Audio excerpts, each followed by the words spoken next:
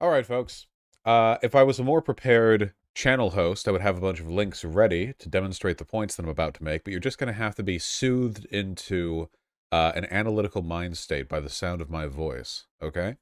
I want to talk about Elon Gate, the term Elon Musk has chosen to refer to the drama surrounding the recent revelation that he and his company paid $250,000 to a woman because he sexually harassed her while on a flight over London? Something like this. But I think Elon Gate refers in actuality not just to that, but to the entire past couple of weeks of Elon Musk behavior. And I want to talk about that because I feel like we're really quickly arriving at a broader cultural shift in the perception of Elon Musk that I'm in favor of, you know? So I want to cover the ground up till this point. I'll begin with the birth of Elon Musk. It was a mistake, but it happened anyway. And, give or take, skip a couple decades, whatever. We got Elon Musk, wealthy boy, a lot of money, Emerald Mine, South Africa, apartheid, blah, blah, blah. You know the history. He makes some investments. He does good. SpaceX, boring company. Tesla, great, phenomenal. So where do we go from here? Well, Elon Musk really quickly develops a reputation as a big boy Tony Stark tech god. Now, in reality, Elon Musk is primarily a venture capitalist. That's what he's been good at and successful in. That's how he's excelled. He started with money, and he's invested that money into other people's companies, and he's made significant returns. Now, that's not to say he's done nothing. He's actually done something really, really, really, really, really important. He acts as a hype man for the futurist projects that his companies, put forward, which massively inflates their stock value, which of course makes him much, much, much wealthier. When you take a look at companies like Tesla and SpaceX, you have electric cars and you have, legitimate, because SpaceX has done some cool stuff, legitimate, the private investment in the technology for affordable space travel. You need a Rick Sanchez out there, out in the front. Elon Musk has done a great job. He went on Joe Rogan a little while back. He smoked the weed. There's that picture of him. You know what I'm talking about. Now, I've always disliked Elon because I think it's always been pretty obvious if you look at him for 5 minutes that he's kind of like a little bit of like an airheaded megalomaniac, but I didn't hate the guy, I just he literally was in Rick and Morty. So I can make the joke, but yeah. I didn't hate the guy, But with time, and I have to summarize so much information here, because I'm trying to get to where we are now.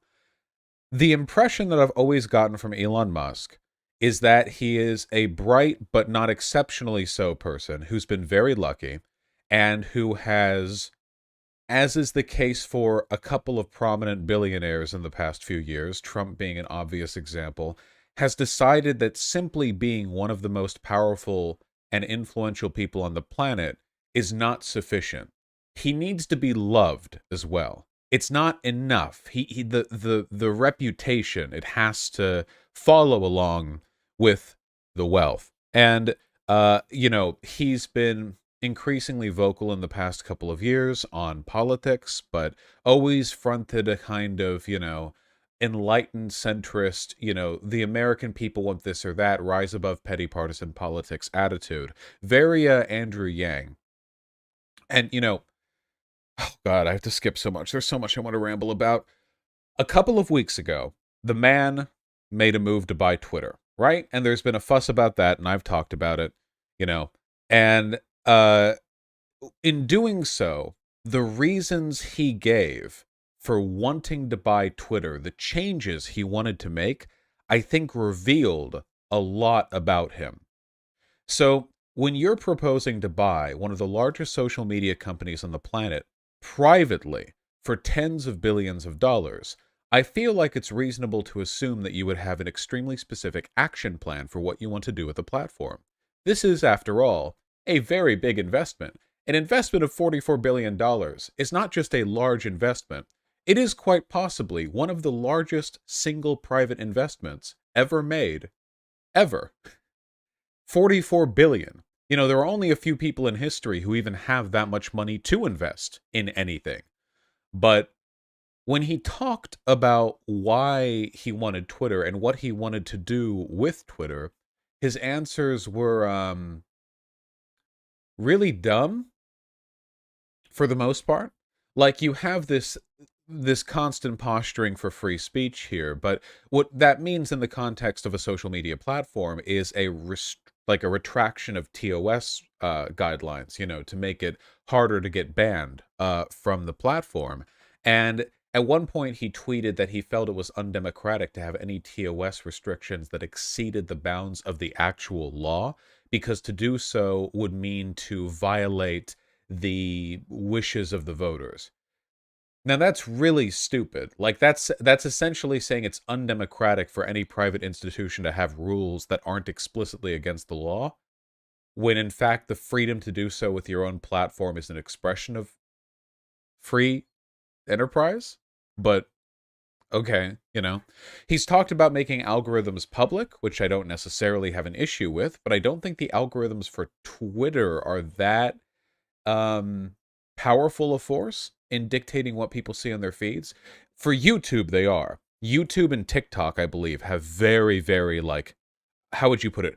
Coercive algorithms where they're very effective at, you know, like leading people down certain roads for maximum, like, viewer retention and view time optimization. Twitter, you know, not to say it's not relevant at all, but and Facebook, yes, Facebook as well. Twitter, though, he's talked about getting rid of shadow bans. I don't know how much of a role shadow bans play in Twitter. It's kind of hard to say because they're shadow bans. It's kind of hard, you know, for us to know. I guess I wouldn't mind that being made more transparent. You know, I'm in favor of transparency generally, but is this really why Elon Musk wants to spend $44 billion on Twitter to unveil the shadow ban algorithm? I mean, I don't know. It seems really arbitrary to me. Really, really dumb.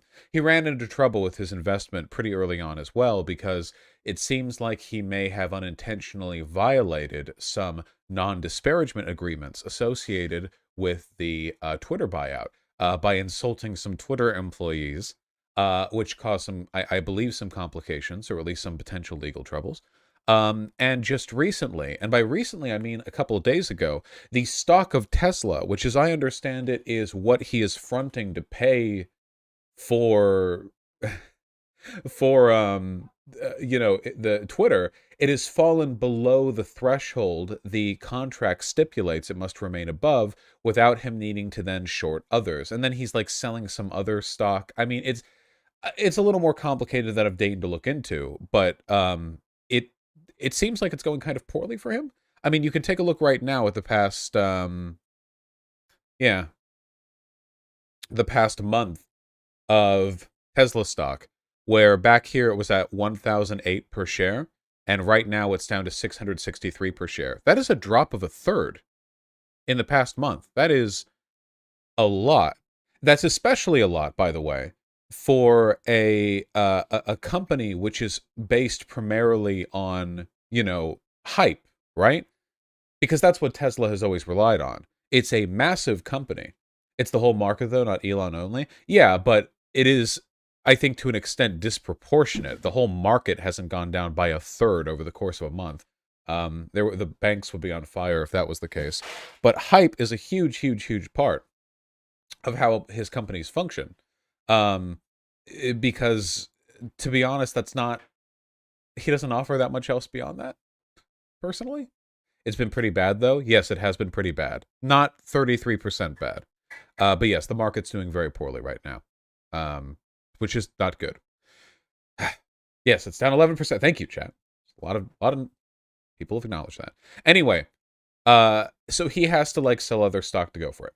But I feel like what's happening right now, I think my initial analysis might have been a little bit off on this, and that's why I want to, like, I kind of condense my feelings on this. This is a Fifi's. Wait. Can you explain how stocks work in a quick recap? I feel like people get hard critiqued when they say it's basically just gambling and hype. It's gambling and hype. Um, Basically, stock values reflect the public perception of the performance and value of a company. If a company does a lot of stuff, but people think it's in the trash, then its stock value goes down. If people think that a company does really well and is very valuable, even though it loses money, then its stock value goes up. There are tons of examples throughout recent history of like, what do they call them? Loss leaders? No, that's a different term. Where you have like startup companies that lose millions of dollars every quarter, but they're still valued at billions and billions because people think they can make money off of it, you know? Like it's pretty common for like internet based, just any modern like app yeah, because it's always like that's an oversimplification. You're goddamn right, it's an oversimplification. You're right. You're not an econ boy. Is this a unique thing in the current economy? No.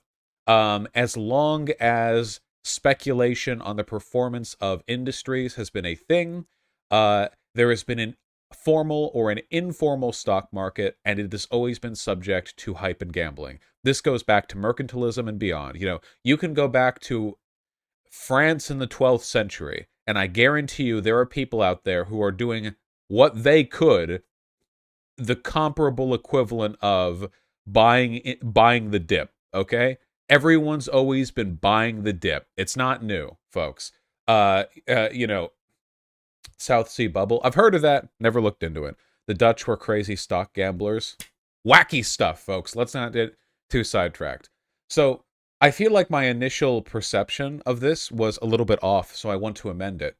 Elon Musk is genuinely taking a big hit right now for this Twitter buyout, and I don't even think this is the totality of it.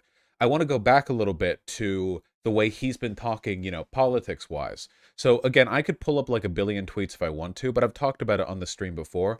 Elon Musk has been increasingly politically partisan over the past couple of weeks. It's long been known that he's a conservative. He is pretty much openly anti-union. He's been posting anti-woke, anti-SJW boomer memes that you could pull off iFunny onto Twitter for a couple of months now.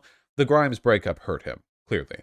You know, like anti-pronoun stuff. Yeah, like garbage like that. But he's always pretended to be like this politically neutral, centered person, which every conservative does up until the point where it's more profitable for them to acknowledge they're actually a conservative. A point we reached 2 days ago, right before the sexual misconduct scandal broke. Basically, what happened was Elon Musk has been increasingly politically partisan, and then 2 days ago, he said, oh, hey, by the way, I'm a Republican. Get ready for all the crazy Democrat attacks against me. You guys get ready. Pretty soon, they're going to come out with crazy attacks against me. Just don't you worry. Yeah, they're any second now, they're gonna, some wacky partisan bullshit they're gonna throw at me. And then a couple hours later, what was it, Business Insider dropped the story of him paying $250,000 to a flight attendant who was coerced into learning masseuse skills so she could massage Elon Musk, and then he propositioned her to give him a hand job, and he offered to buy her a horse. Now, the funny thing is, I know, very funny, very topical. The funny thing is, and again, this to me reiterates a broader argument that I'm going to make, that Elon Musk is not only not that intelligent, but is actually uniquely unintelligent. Let me find this little timeline posted by none other than... No, nothing. Political attacks on me will escalate dramatically in the coming months. 12:22 p.m. In the past, I voted Democrat because they were mostly the kindest party, but they have become the party of hate and division, so I can no longer support them and will vote Republican. He's always voted Republican. I have no doubt. Now watch their dirty tricks campaign against me unfold. Popcorn bucket.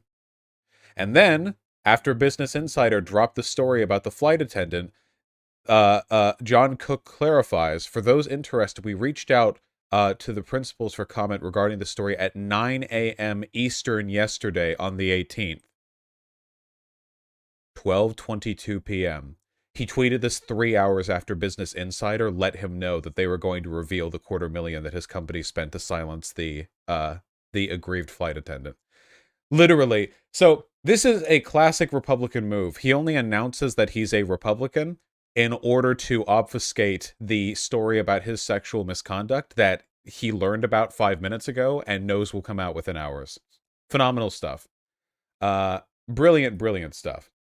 Usually on the West Coast, it was probably only 20 minutes. This might have literally just been like a few minutes difference. I mean, this must have been like a panic tweet, right? And this was 20 minutes later, right? Like, don't call him a super genius for nothing. The funny thing is, in the Business Insider article that you can take a look at, and I still can't believe he did this. He actually responded when they reached out to him for comment. I don't know if they had like his direct line or something, but Elon must be like, I swear to God, if you can get 1 or 2 drinks in Elon Musk, he'll tell you his password to every single system like that he has control over. Oh my God, he actually. We've talked about like the actual story. It's super creepy, super fucking weird, really creepy beta shit. Not even alpha sexual harassment, beta sexual harassment. He managed to make it worse. Crazy stuff. Very creepy. And don't you start. It's creepy. Anyway, let me see. Where's the bit with the quote from him? Oh, here we go. Okay, I still can't believe he did this. This is insane. Okay, so I want you to paint a picture in your head. All right. So okay, it's 12. It's just a few hours before Elon Musk sends out the tweet. Okay, he's in his penthouse. His where does he live? Let's just say he's at Tesla.co. I don't know where the man sleeps. All right. What matters is the noise, okay? The noise, the furious pounding at the door from his PR team, okay? They're screaming, you hear the high-pitched whine of a plasma torch as the PR team cuts the flint and starts trying to cut through the edge of the door. They're pounding, but Elon can't hear. He's listening to 100 gecs at full volume. When he checks his email and sees what his PR team saw 2 minutes ago, all right? The email from Business Insider, okay? He looks at this and he goes, I'm smarter than everyone else on Earth. I can handle this. After Insider contacted Musk for comment, he emailed to ask for more time to respond and said, quote, there's a lot more to this story. Oh my God. If I were inclined to engage in sexual harassment, this is unlikely to be the first time in my entire 30-year career that it comes to light, he wrote, calling the story a politically motivated hit piece. Unbelievable.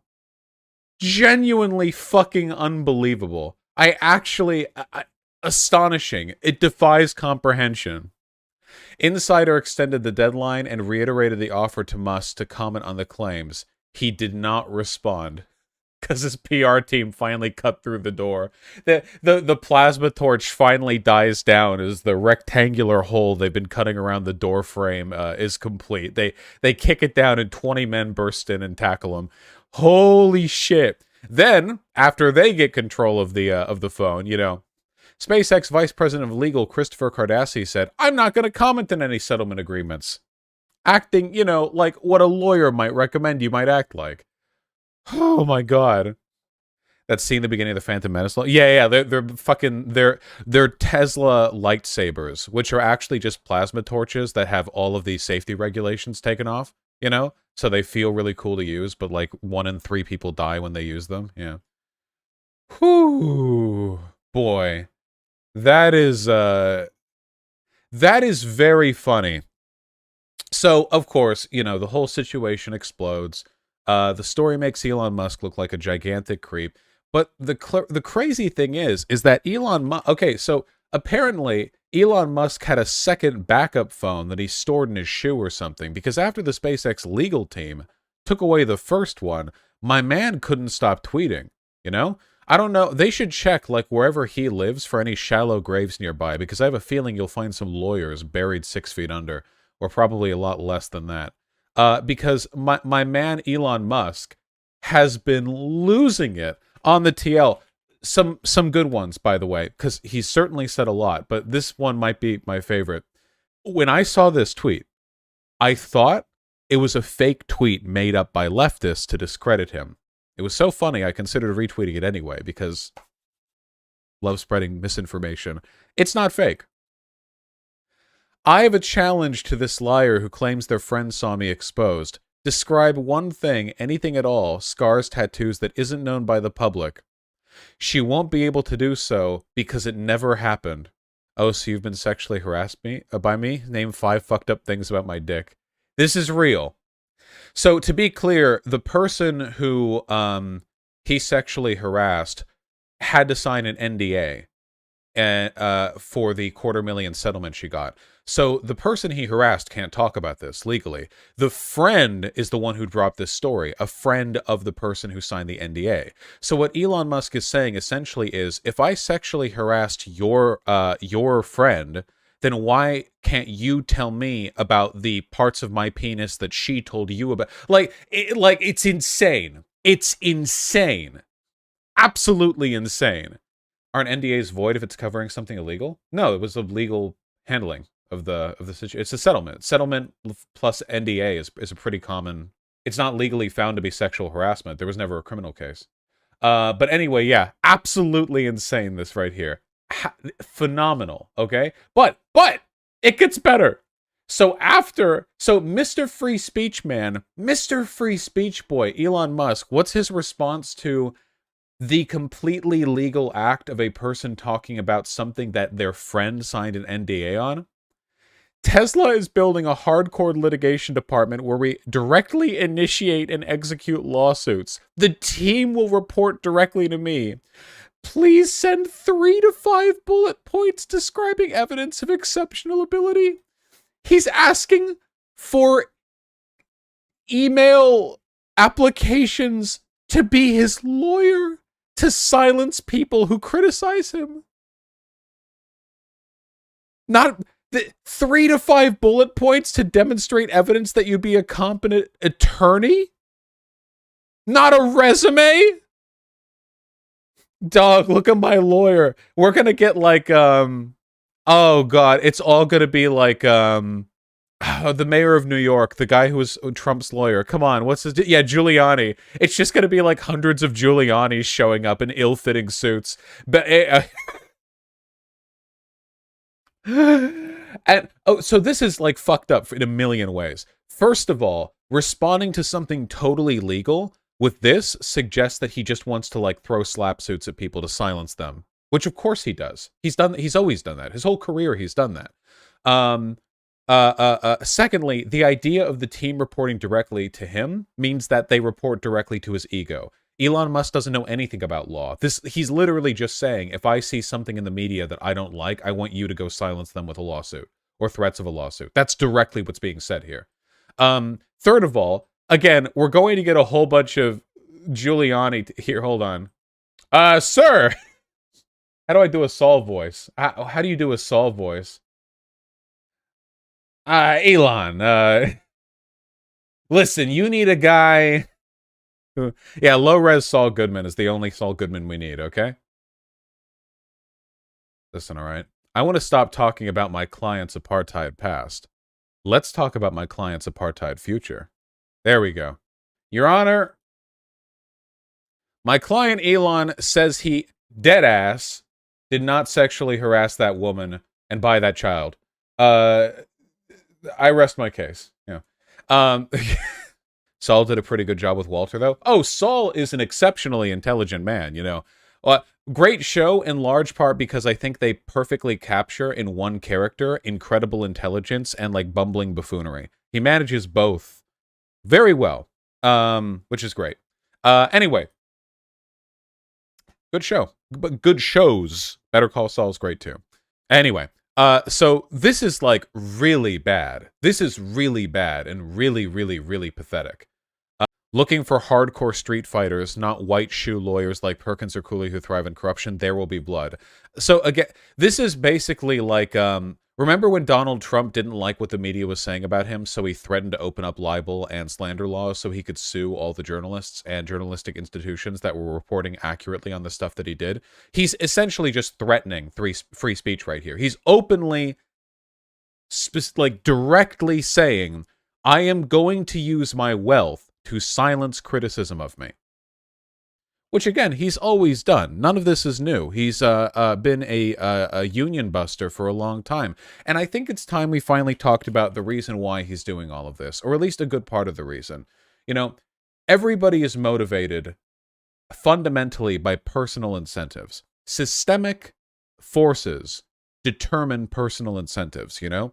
What causes men to work? Well, obviously you've got big fancy systems like capitalism and what have you, but at the end of the day, when you get down to the individual, they work because they need food to pay rent. It's when you distill everything to a lens of individualism, usually I think you obfuscate the broader issue, but in Elon's case, I think you actually get something pretty useful. But first, a short video from More Perfect Union. Voted over. Now, this came out before Elon Musk said he's going to vote Republican. Let's see the real reason why Elon Musk doesn't like Democrats. And I would class myself as a moderate, and neither Republican nor Democrat. And in fact, I have voted overwhelmingly for Democrats historically, overwhelmingly. Like I'm not sure. I might never have voted for a Republican, just to be clear. Right. Now this election, I will. The Democrat Party is overly controlled by the unions and by the trial lawyers, particularly the class action lawyers. That is an interesting thing for a billionaire to say. Class action lawyers. I really want you to think about what he's saying right now. What group of people would be concerned? What group of people would make the accusation that the Democrat Party is controlled by class action lawyers? What does that mean exactly? Like, really think about it. Like, unions are weaker now than they have been in a long, long time, though we've seen uptick in the past couple of months. He doesn't like the Democrat Party because he doesn't like workers' rights. That's it. And he is so obsessively paranoid about workers' rights that he's deluded himself into thinking the Democrats are controlled by class action lawyers. Now, keep in mind, if he had said here, the Democrats are more favorable towards unions, he would be correct. That is true relative to Republicans. He's saying that it's controlled by class action lawyers. That is insane. That is a genuinely insane thing to say. That is psychotic. Only a psychotic person could possibly believe that. You know, this would be like an ice cream merchant saying that the Democrat Party is like overly controlled by like crepe bakers, which is the competition for ice cream. Like a big ice cream magnate looking at the camera and going like, well, the Democrats are controlled largely by crepe makers and other forms of non-dairy confectionery. So yeah, I'm gonna have to say I'm taking my vote elsewhere. It's wild shit. People in chat are saying it's anti-Semitic. It's not. He's being very upfront with what he cares about, guys. He doesn't want workers' rights. He has praised Chinese workers who he's kept in their sweatshops for like 12-hour shifts, forced them to sleep on the floors rather than go home during COVID regulations. He has repeatedly broken or at least tested the limits of labor guidelines in America and abroad. He's called American workers lazy because they weren't susceptible to the same types of abuse that Chinese workers were because we have stronger workers' rights. He is just a good old-fashioned robber baron. That's the term, folks. Robber baron. His political positions are entirely downstream of him. That is who he is. And all of his politics flow downstream of that. At the end of the day, I think that Elon Musk is an exceptionally unimpressive and generally unintelligent person who has a God complex. I think that remember when he said he wants to like get people over to Mars by through indentured servitude? Remember that? When he was like, yeah, when we go to Mars, people can like, pay off their travel voyage at the lawless labor camps in Mars, where there's no way any government can like determine how I treat them, through labor. Yeah, Outer Worlds tier shit, fucking Martian labor camp shit. Unironically and literally, I literally think he wants that. I just think he's a robber baron. I just think he has an insanely overinflated ego, and all the shit that he's doing, these Twitter meltdowns, this freak out, this panic response, his unwillingness to listen to a PR department, his like cavalier social media bullshit, all of it. I just think all of it comes down to the fact that he is a fucking robber baron, that he has an incredibly overinflated sense of self-worth, which is distorting his ability to rationally process what he is and is not capable of doing, and he's distorted his perception of the world to the point where he sincerely believes the Democratic Party is controlled by class action lawyers. That's it. Now, in the pursuit of his personal self-aggrandizement and wealth building, he has joined with the Republicans. And that's kind of a funny, juncture if you think about it. Republicans don't really give a shit about a lot of the stuff that he's built his career off of, right? Like electric vehicles, space exploration. These aren't really departments the Republicans are well known for. The big support for Elon Musk hasn't really come from Republicans. It's come instead from fart sniffing Bay Area San Francisco tech guys. That's been the snooty, center-leaning liberals. That's my perception of who's always been the Elon Musk kind of guy. But now the Republicans are falling behind him because he has the same big voice stupidity Donald Trump has, which people are, interested in. But in terms of the direction that he's going to become more politically involved in the near future. I mean, he's going to really ramp this up with time. And his politics overlap far more with Republicans than they do Joe Rogan. Joe Rogan. Panthera, don't distract me. With Democrats. So, with all that being said, he can't run for president? No, he can't. But you can do plenty without running for president. With all that being said, I think we've actually found a perfect case study, folks. Elon Musk is the picture-perfect dictionary definition of a capitalist aligning with fascists in order to preserve their material interests. It's perfect. It's textbook. He is literally a ultra-wealthy business magnate who runs factories all around the world, who has made his living off of union busting, wealth consolidation, exploiting the workers, standard, and he kept the veneer of progressivism going for a long time. Until now, he realizes that the Democrats have a little bit more of a hand in, the union game than Republicans do. And he instantly pivots and fully backs the fascist party in the United States. Because doing so allows him to align himself against worker solidarity. Even though the Republicans ostensibly stand against everything Elon Musk has sold himself as. The Republican Party is anti-science, climate change denying, oil and gas chugging, creationism promoting Republican Party. And then you have Elon Musk, Rick Sanchez himself, aligning with them, even though you would think in every aesthetic sense they do not meaningfully share the same interests. Elon Musk's brand isn't fascism, it's techno-futurism and free speech. Republicans are fascist. But at the end of the day, none of this matters. Because he needs to make his money. And that primarily is why I think all of this is funny. Because beyond everything else, I feel like a lot of people are learning how bad Elon Musk is right now. I don't think the shift over to him being openly right-wing is going to go as smoothly as he thinks that it will. And I think if anything else, he's actually setting himself up to be what the left really needs right now, which is the big bad. He's not like Donald Trump, like some bloviating, puppeteer dipshit. Elon Musk is a genuine, honest-to-God, egomaniac robber baron. He's a villain in every sense. He's perfect.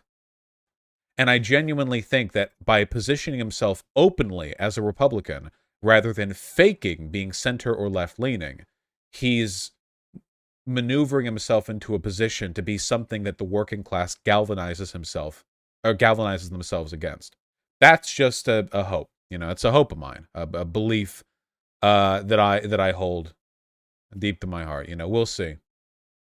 It's going to blow up California for the real estate. We can only hope.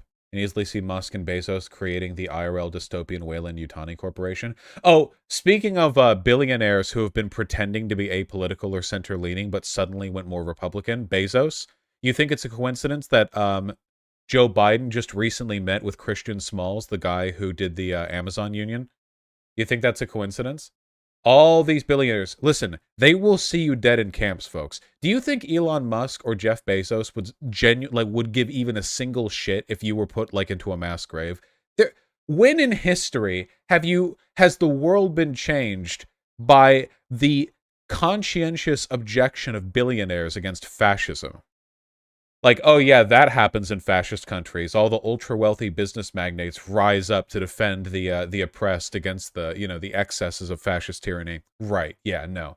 I prefer a world where they are explicitly right-wing, though you all have to understand, and I'll end this segment here, you must understand the fact that they are going explicitly right-wing means that the clock is ticking closer to midnight.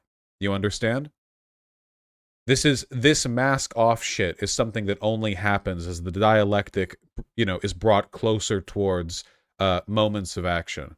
This doesn't happen just sort of aberrantly, just randomly in the middle of a time of otherwise peaceful and uninteresting political discourse. It's something that happens as you get closer to the time. It's the abandonment of the euphemism. What are you implying? Some deliberate orchestration of his part? Not at all. It's material conditions. Everyone's influenced by the mode of the world they live in, the vibes, if you'll pardon the Marxian terminology. And Elon Musk, along with the rest of us, these aren't machinations made by some big plans, a bunch of guys smoking cigars in a shaded room. No, no, no. This is just stuff that happens. Take a look at the history of fascist governments and their collaboration with businesses in their respective countries. This happens all the time. But it's not planned. It's just a consequence of forces that are moving and too big for any one person to completely control or subvert.